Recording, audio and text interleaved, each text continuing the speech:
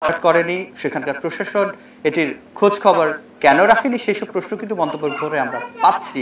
এখানে কার গাফলতি, তার যাতে বিচারের আওতায় আনা হয়, এটিকে দ্রুত সেই গর্তকে আবারও মাটি চাপা দেওয়া হয়। এবং এরকম ঘটনা আমরা কিন্তু দেখছি, আমরা কিন্তু এর আগেও দেখেছি যে বিশেষ করে শহরগুলোতে এটি হয়, কিন্তু রাজশাহীর যে জায়গাটি এটি হয়েছে মাঠের পাশে, সেই পরিত্যক্ত এলাকা কিংবা মাঠের পাশে, এমন ঘটনা নজিরবিহীন বলা যায়। আমরা শহরে দেখি ম্যানহোলে পড়ে গেছে, হারিয়ে গেছে, আর ফেরেনি, এবং সেটি চট্টগ্রামে হয়েছে, ঢাকাতে হয়েছে, শহরগুলোতে হয়েছে।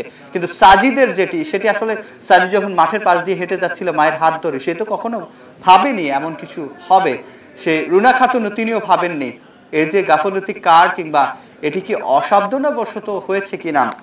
সেটি আসলে আমি যেটি বলছিলাম, ফায়ার সার্ভিস প্রথমে সার্চ ভিশন ক্যামেরা দিয়ে প্রায় 35 ফুট পর্যন্ত অনুসন্ধান চালায়।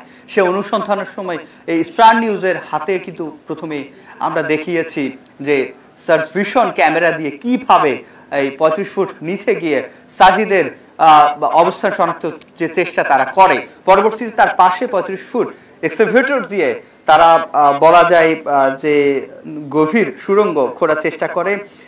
সেই সুড়ঙ্গ দিয়েই সাজিদ যেখানে আছে সেখান থেকে উদ্ধার করার চেষ্টা করা হয়। এবং জানেন, মাটি আসলে সুড়ঙ্গ খোঁড়ার ক্ষেত্রে সবচেয়ে বেশি গুরুত্বপূর্ণ, যেটি মাটি খোঁড়ার ক্ষেত্রে তাদের খুব বেশি সাবধান থাকতে, কারণ ছোট মানুষ যদি মাটি চাপা দিয়ে তাকে আসলে সেখানে যদি তার কিছু হয়ে যায়, সেজন্য যাতে গর্তের আশপাশে এমনভাবে সাবধানতার সাথে ফায়ার সার্ভিস কর্মীরা তারা সেটি খনন করেছে। অনেকে প্রশ্ন করছেন এত দেরি হচ্ছে কেন।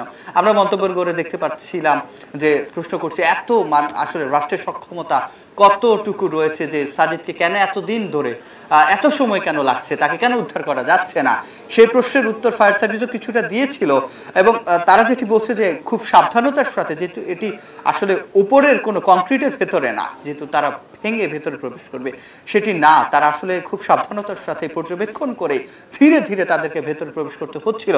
এবং তারা যাতে নিরাপদ দূরত্ব থেকে যাতে মাটি আসলে চাপা দিতে না পারে সাজিদকে, সাজিদ সেখানে যদি নিঃশ্বাস নেয়ার যে তার অক্সিজেনটুকু যাতে সে পায়, সেই ব্যবস্থাটুকু কিন্তু তারা প্রথমে নিশ্চিত করেছেন, কারণ তার নিঃশ্বাস নেওয়ার জায়গাটা আসলে জরুরি ছিল। তার পরবর্তীতে আমরা যেটি দেখি যে সার্চ ভিশন ক্যামেরা দিয়ে তার অবস্থা নিশ্চিত পর তার পাশে 35 ফুট যে গভীর গর্ত করা হয় নলকূপের যে গর্তটি, তার পাশে সেখান থেকে সুড়ঙ্গ করে আসলে আমরা দেখি যে সুড়ঙ্গ সিনেমার কথা আমার মনে পড়ছে।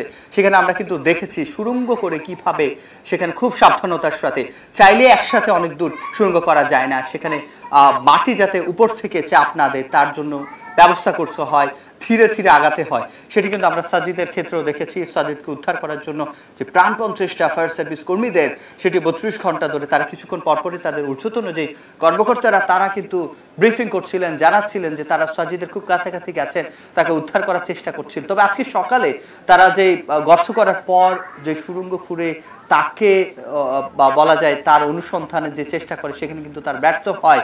এবং সেখানে অনেকটা আমরাও সেখানে উৎকণ্ঠা আমাদের মধ্যে বেড়েছে। সেই ফায়ার সার্ভিস কর্মীরাও কথা বলছেন, আমরা একটু যেতে চাই সেখানে, সরাসরি জানতে চাই ফায়ার সার্ভিস কর্মীরা কি বলছে। তবে সেটি তারা বলবেন, তার আগে আমরা আরো কিছু তথ্য জানতে চাই। ফায়ার সার্ভিস কর্মীরা আমাদেরকে এই 32 ঘন্টা পর তাকে উদ্ধার করা হয়েছে শিশু সাজিদকে, ফায়ার সার্ভিসের কর্মীরা কথা বলেছেন।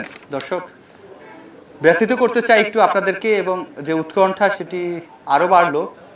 সাজিদকে মৃত ঘোষণা করেছে ফায়ার সার্ভিস এর পক্ষ থেকে, এবং যে 32 ঘন্টা যে উৎকণ্ঠা সেটি কাটলো কিনা সেটি আপনারাই জানেন। তবে নিশ্চয়ই যে কথাটি আমি মাত্র বললাম, সাজিদের মৃত্যুর খবর, সেটি শোনার জন্য কেউই এখন দেখছেন না স্টার নিউজকে কিংবা অন্যান্য যেই সংবাদ মাধ্যমগুলো রয়েছে সেগুলো।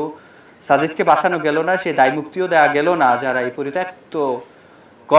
পরিত্যক্ত ঘোষণা করার পরও এটিকে আসলে অনিরাপদ করে রেখেছে, সাজিদের জন্য মৃত্যুকূপ করে রেখেছে। সাজিদ তার 2 বছরেই তার নিঃশ্বাস ত্যাগ করে এবং তার পৃথিবীর মায়া ত্যাগ করে সাজিদ চলে গেছে। তার মা রুনা খাতুন নিশ্চয়ই তাকে ক্ষমা করতে পারবেন না যে তার ঠিক নিরাপদ হাত থেকেই সাজিদ হারিয়ে গেল, এবং যে 32 ঘন্টার উদ্ধার কাজ সেখানে আসলে বন্ধ হয়ে গেল। এবং উদ্ধার কর্মীরাও নিশ্চয়ই চাননি এরকম একটি তথ্য দিতে, কিংবা তারাও চেয়েছেন যে সাজিদকে আমরাও চেয়েছিলাম যে সাজিদের উদ্ধারের খবর কিংবা সাজিদকে জীবিত উদ্ধার করা হয়েছে এমন একটি তথ্যই দিতে আপনাদেরকে।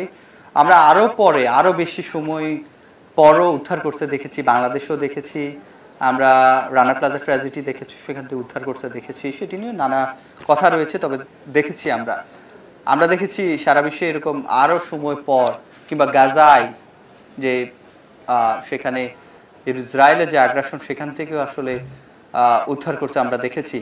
তবে সাজিদকে এই যাত্রায় উদ্ধার করা গেলেও তাকে জীবিত উদ্ধার করা যায়নি। আমরা